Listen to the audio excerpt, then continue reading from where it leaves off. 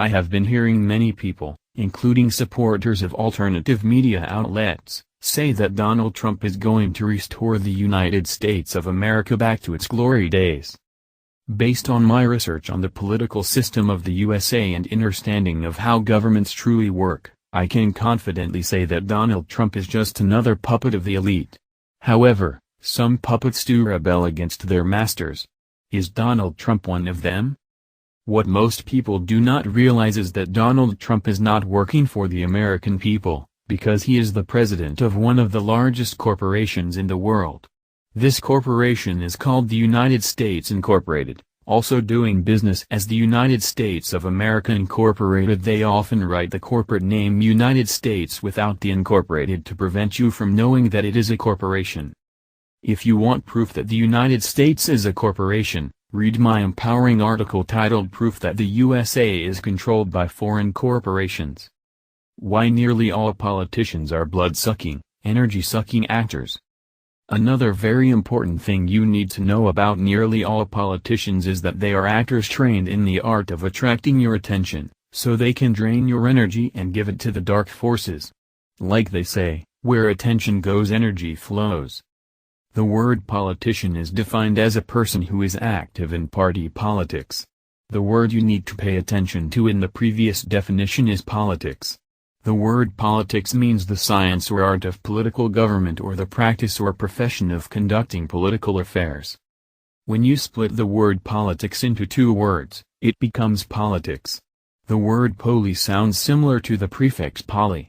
According to dictionary.com, poly means a combining form with the meanings much, many and, in chemistry, polymeric, used in the formation of compound words.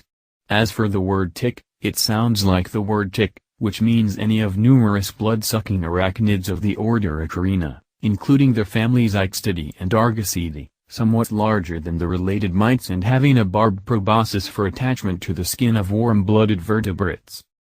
Based on the definitions in the previous paragraphs, a politician is a blood-sucking person who conducts political affairs with many other blood-sucking persons. Nearly all politicians are bloodsuckers because their acting role is to trick you to give them your attention, so they can drain your energy. Keep in mind that blood is one of the best substances for transporting energy.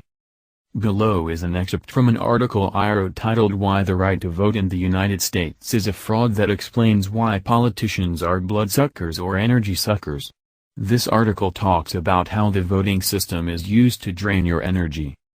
The word vote is defined as a formal expression of opinion or choice, either positive or negative, made by an individual or body of individuals or the means by which such expression is made, as a ballot, ticket, etc. These two definitions of the word vote only show you its meanings at the surface.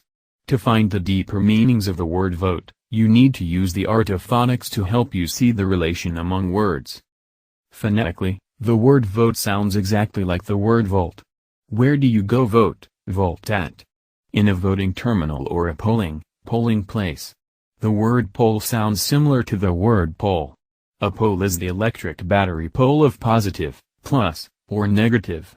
In other words, in order to vote you need to go to the polls, so that you can place your vote, on the candidate that you want to see put in charge.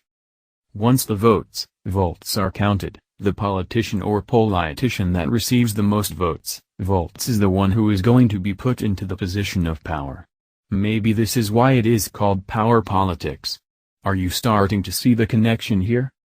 The presidential election is nothing more than a game created by the international banksters to con you to agree to be a battery, so that they can drain your energy. This is why before they can summon you to go to court, they need to charge you first. Why politicians are not the answers to freedom. Politicians have never been the answers to freedom because true freedom requires personal responsibility. True freedom also requires the courage to exercise your natural rights. When you rely on politicians to govern you, what you are really doing is telling them that you are still an incompetent child and irresponsible, and therefore you need a legal guardian, the government, to babysit you and make decisions on your behalf. As long as you have a legal guardian, you can never be truly free. Relying on politicians to govern you is strong evidence that you are mentally incompetent.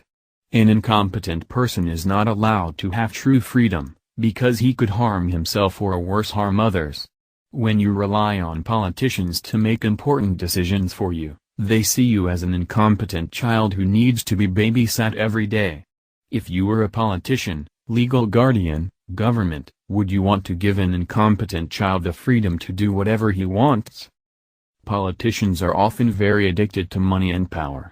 The elite are well aware of this, which is why they pay politicians a large amount of money. Furthermore, they give them special privileges, allowing politicians to get away with many illegal activities and live like royalty. Because of these benefits, most politicians would rather defend the system of the elite than change it. Most politicians are comfortable where they are at, therefore, the last thing they want is to help the people to significantly change the system.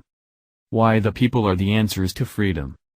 If we want to be truly free, we need to stop relying on politicians to tell us what to do and how to think. We need to stop behaving like incompetent children and start being competent adults by taking responsibility for our lives and making politicians responsible for their actions. According to lifehack.org, Albert Einstein once said, "No problem can be solved from the same level of consciousness that created it." In other words, to truly be free, we have to transcend the idea that created the problem. In this article, the problem is the idea that we need a government to survive. In reality, if most of us are truly responsible, we can survive just fine without a government. To transcend the idea of government requires a significant shift in consciousness that is above the level of consciousness that created the idea of government. Once this shift happens, we can eventually live in a society free of governments and managed by responsible people, we the people of the world. Is anarchy one of the answers to transcending the idea of government? Most people have been brainwashed to think that anarchy means chaos. The word anarchy simply means absence of government. It can also mean a state of lawlessness or political disorder due to the absence of governmental authority. When they say lawlessness, they are talking about living in a society without government laws, which are not really laws but are acts and statutes, rules and codes of corporations. The biggest threats to the survival of big governments and the elite are responsible and educated people who can live peacefully in an anarchist society. These responsible and educated people are the true expressions of social order. They are the true expressions of social order because they know how to live in harmony with one another without relying on government agents to keep the peace. A peaceful, educated and brave anarchist society naturally empowers the people to take charge of their lives, and therefore motivates them to be responsible people. Because of this, it is one of the answers to true freedom. Unfortunately, most people are not yet responsible enough to live without a government because they lack knowledge of empowerment and courage. By now you should understand why the answers to true freedom are inside each of us and not in politicians, such as Donald Trump. President Trump is the CEO of the United States Incorporated, a private federal corporation. Because of this, his number one priority is to make sure his shareholders are happy. Yes, the United States Incorporated, like any major corporation, has shareholders which are the elite. These are some of the reasons why President Trump cannot restore true freedom to United States citizens. The good news is that the United States Incorporated, like any corporation, needs the people's support to thrive. Because of this, if the people put enough pressure on the President, Donald Trump, of the United States and his administration, the elite might tell President Trump to temporarily stop the New World Order agenda.